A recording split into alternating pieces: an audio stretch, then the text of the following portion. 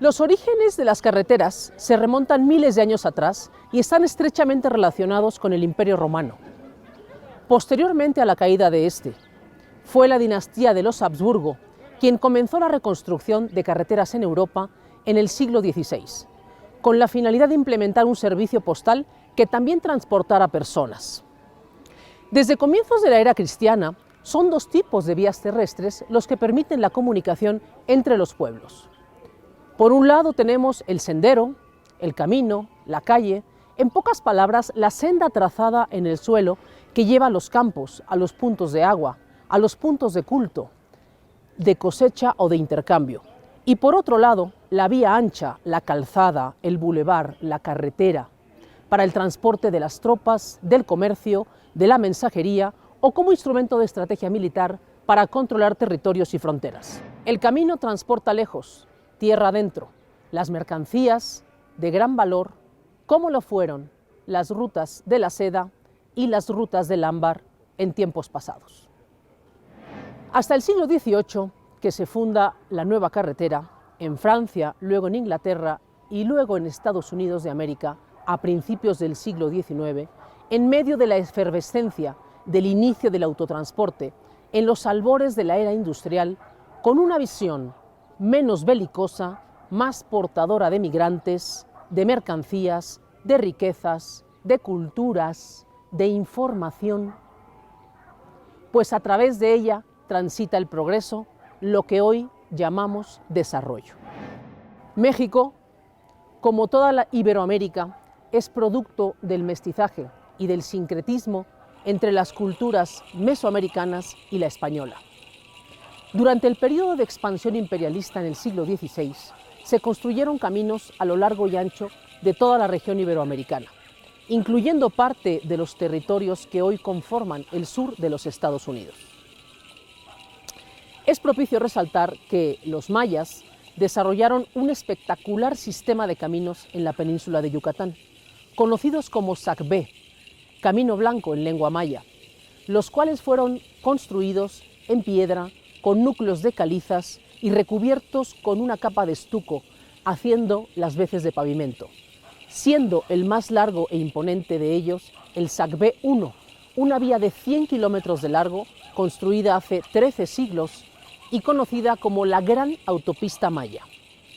Aunque su principal función fue la de conectar los asentamientos de dicha civilización, también tenían un significado espiritual y mitológico, sirviendo como rutas de peregrinación y como símbolo del poderío político y económico entre las ciudades mayas.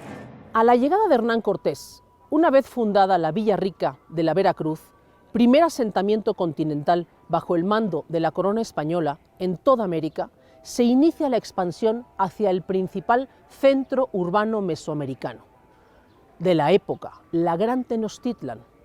Hoy nos encontramos en el kilómetro cero, punto geográfico donde parten todos los caminos de México.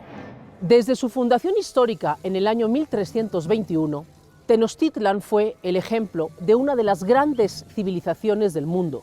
Su cultura y la increíble innovación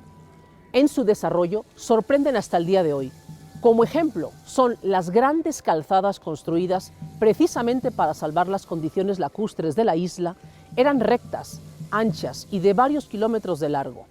Servían como grandes diques para el control de los lagos y se utilizaban para agilizar la circulación de hombres y de mercancías que por su volumen no podían trasladarse por agua. Las principales calzadas de Tenochtitlan partían del centro ceremonial, hoy Templo Mayor, en dirección a los 4 puntos cardinales, fabricadas con piedra y con un ancho de hasta 7 metros y extensión de hasta 8 kilómetros, llegaban a las orillas norte, oeste y sur del lago. Las principales calzadas de la ciudad eran 4, la de Iztapalapa, la de mayor tráfico conectando hacia el sur,